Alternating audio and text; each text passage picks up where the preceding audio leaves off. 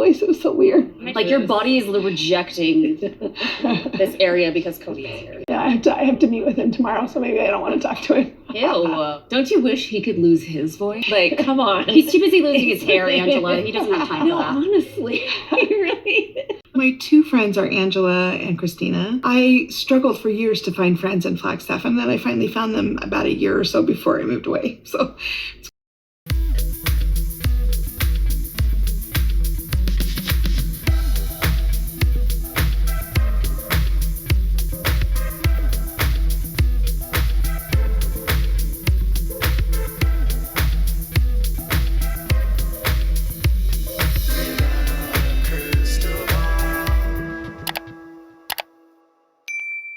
Hi, besties. Welcome back to my channel. Did any of you read Christine Brown Woolley's book when she was writing about how Kody was using Robyn to sort of like pressure her or to send messages to her, or, you know, Robyn was sort of like the go-between where Christine would tell her something and then she would run to Kody and tell Kody. And do you remember in the book where Christine discussed Robyn approaching her and asking her why she wasn't giving Kody massages?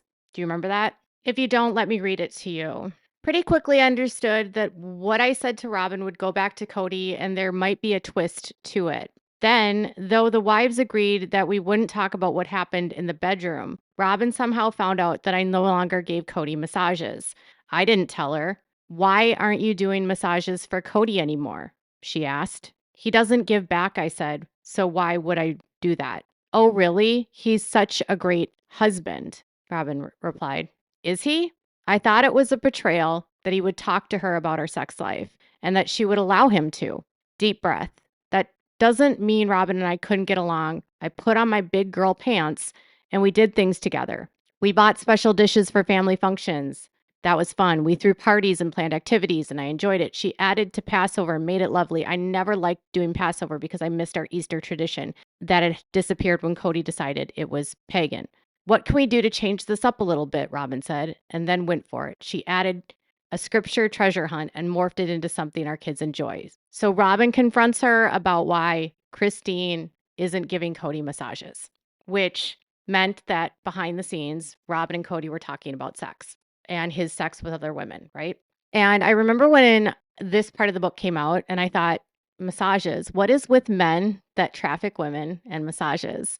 It reminded me of Jeffrey Epstein and Ghislaine Maxwell and how she would recruit underage girls to massage him, whether it was by going to high schools and finding girls outside of a high school, whether it was going to the mall, whether it was going to Mar-a-Lago and finding people that worked in the spa there.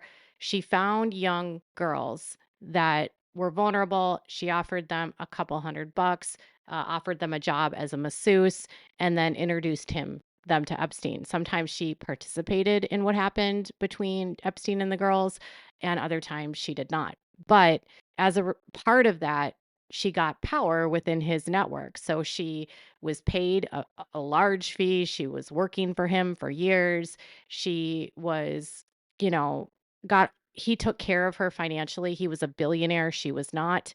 And, you know, she gained her own sense of power and participated in what he did. And it's why she's in prison. And I hope to God she is not pardoned ever.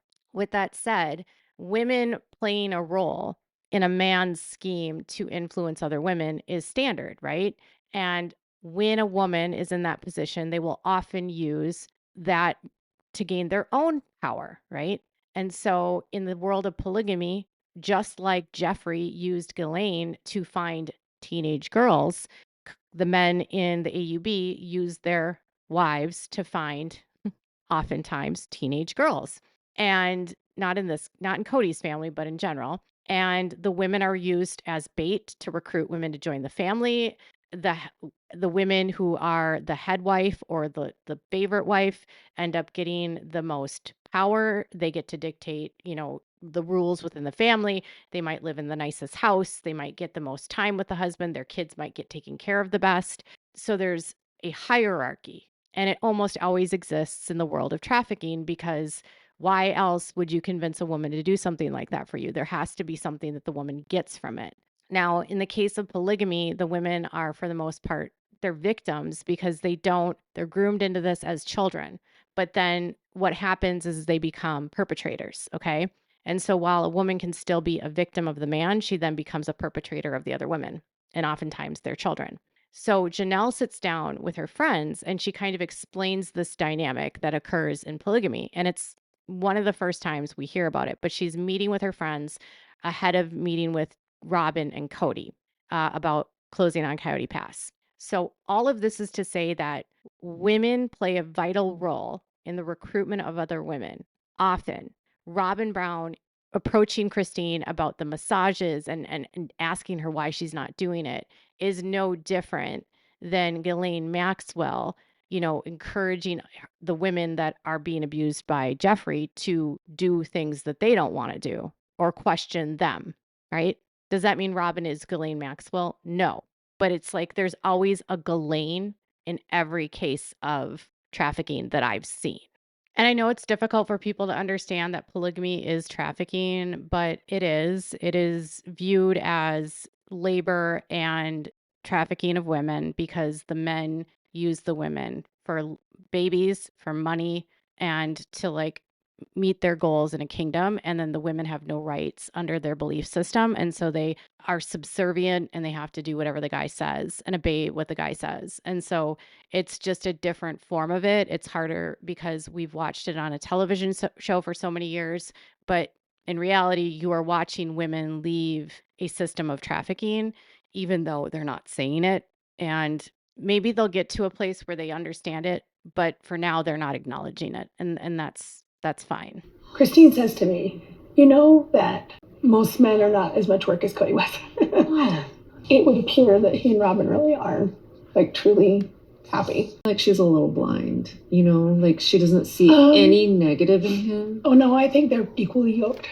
It's odd for her, Janelle, to make a comment like equally yoked, because this is not a term that you use to describe when two people have nefarious goals, right? In the Christian Bible, they talk about being around people that are yoked or equally yoked to you, sharing the same values, the morals, and the goals, and that it's important to surround yourself with people that are equally yoked to you. In some extreme cases, when it comes to cults, this means that they will tell their members that they cannot associate with people that are not equally yoked to them, right? They will not be able to be around, employers that don't have the same shared values or have friends that have the same shared values. So it's not a negative connotation by any means. And she's using this to say that they share the same goals and they share the same agenda. They share the same mind. They're equally in what they want for the world. They're equally involved, and she doesn't view this as that Robyn is a victim.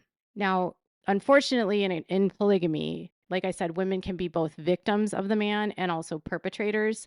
And so Robyn can be a victim of the system, but she can also be a perpetrator of others. And I would agree to a degree that what Angela says is that she doesn't see any bad in Kody and that she's got a blind spot there. And I totally agree with that. But I also agree with what Janelle is going to say about what she thinks is happening here. I don't know that Robyn is a innocent victim, but I don't agree that she's also not a victim of the situation as much as any of the other women, right? They're all responding to the trauma of polygamy. Robyn is using maladaptive coping mechanisms, and she's found a way to gain control, which is what Janelle will explain. I mean, do you understand what I'm saying? I think they're equally yoked. Okay. She's just as much as he is. They feed each other's ego. I think so. Okay. Sometimes you get power by giving power. You're the helpless person that needs to be rescued all the time. And he wants to be the hero. He is tying on his cape and he's going in. Riding on that white horse. Right. I just want to go out and be like, cheers, it's done. See ya. Have a nice life. Be well, but don't be too well. So Janelle says that in a situation like this, sometimes you gain power by giving power. So in her mind, Robyn is playing the victim And she's portraying that everyone outside of her and Kody are traumatizing her and causing her pain, and they are the enemy, and they are creating a situation where she's being hurt and targeted. And that instinct in Kody is then to protect her from these villainous women that are trying to destroy her or harm her, or the children that are trying to destroy her or harm her. And that by doing this, it gives her power because she gets what she wants. And Kody's relationships with the other people are demolished. And she uses Kody as a way to, do her bidding for her, which is kind of what we spoke about yesterday. Now, listen, I'm not a psychologist. I just grew up and I am a survivor of narcissistic abuse. And what she describes in terms of what I understand is triangulating. And so playing the victim and the victim and the savior complex is a part of narcissistic abuse, and it's also part of triangulation. And so it's bringing someone else into the situation to deflect from your role of whatever it is that you've done. And so what Robyn is doing is triangulating Kody by making Kody believe these other women are doing things to perpetrate against her, right? And so Kody needs to save Robyn from them. It's placing the woman in the middle of the relationship between Kody and Robyn, but it's also putting the woman's relationship with Kody in between Robyn and Kody, and it's triangulating them all. So it ultimately creates division between the women and Kody, and then Robyn is on the outside like she's won because Kody is now distracted by what the women have done to Robyn. He feels like he's, helped Robyn and saved her from whatever the villains have done to her, and he's defended her honor like the White Knight. And then Robyn and whatever she's done is ignored by Kody. It's ignored by the bigger picture, if it's whatever it is, if it's her ripping them off, if it's spending thousands of dollars of money without telling anyone, if it's that she's done something that she's ashamed of doing, or that she'll get caught and that maybe she's harmed one of the other women, like if she's, done something vindictive to Janelle or Christine or to Mary. And so instead of her taking responsibility, she blames it on them. And so then she doesn't have to take any accountability, and it's just a deflective model, but it's also a way for her to get control and to get Kody away from the other women. And this is what I've seen Robyn do, not only with Robyn, with the kids, with the women, but also with the kids. Constantly it's us versus them. They're the bad ones. We can't trust them. They're harming us. I'm the victim. You must save me. And that's not to say that Kody doesn't triangulate as well. And so in the same way that what she's saying is that they're equally yoked, Kody does the exact same thing, right? So Kody also triangulates, and he brings other people into arguments in order to deflect from whatever he's doing, to confuse, to distract. That's why he's constantly, when he was with these relationships, making them all jealous and making them feel like they needed to compete for him. Or if you don't do this, like he often triangulated Robyn with the other women. And so he would be like, I can't let Robyn be around these people because they're bullies. Or, I need to protect Robyn from these bullies. Or if you're just more like Robyn, we can have the relationship that, you want. If you're just more submissive like Robyn, if you just give me and do for me what Robyn does, and then that builds resentment where the other women don't like, the other women are being told that they need to be like Robyn to get what Robyn has. And so it becomes competition. So it goes both ways. So I totally understand what she's saying. And then if you flip it on another side, is not only is she playing the damsel in distress, but she's using this to gain power and influence and isolate Kody so that she gets what she wants, and she gets to dictate what happens within the family. And then instead of her having to fight her own battles, Kody fights them for her. And so when Robyn isn't annoyed with Kody because he's yelling and screaming and she doesn't seem to care that he has a devil on his shoulder, and she pretends like, he just needs to behave, that's just an act because she benefits from his delusional outrage and his like unhinged temper. Like that is used as a weapon. She gets to get him riled up, and then he will go fight for her honor. It's such a toxic dynamic. Robyn and Kody actually remind me of another narcissistic couple that we talk about on this channel, of Blake Lively and Ryan Reynolds. So much. Literally so much. when you have two narcissists in a relationship, they like feed off each other, but they also like they implode and they like play on the other's worst, traits, and they play games with each other. So if Ryan is jealous of Blake with someone, Blake's then just going to make Ryan even more jealous and make him feel more, aggravated and annoyed and insecure. Like she's playing off of his insecurity because her own ego demands that she be like, I'm this woman that is so irresistible, right? It's no different to what Kody and Robyn are doing. They're just, in completely different cultures. And generally speaking, two narcissists in a union together don't last long term because eventually one of them will grow tired of the other or they'll have a very combustible breakup because they can only be so loyal for so long and they can only stay with someone for so long that has their own agenda before they realize like I can't keep competing with this person. I can't really control this person. And eventually like both of their narcissism works against them and the relationships implode. It's very difficult for two narcissists to stay married. So Robyn now has become the powerful one by playing these games and using whatever she can to get the money and the accolades that she gets. And she learned early on how to gain power was by making Kody feel like she needed to be saved and that she needed to be, and she was always the victim. And then by doing so, he's protecting her and then she's benefiting off of all of it. And then she's behind the scenes pulling all the puppet strings.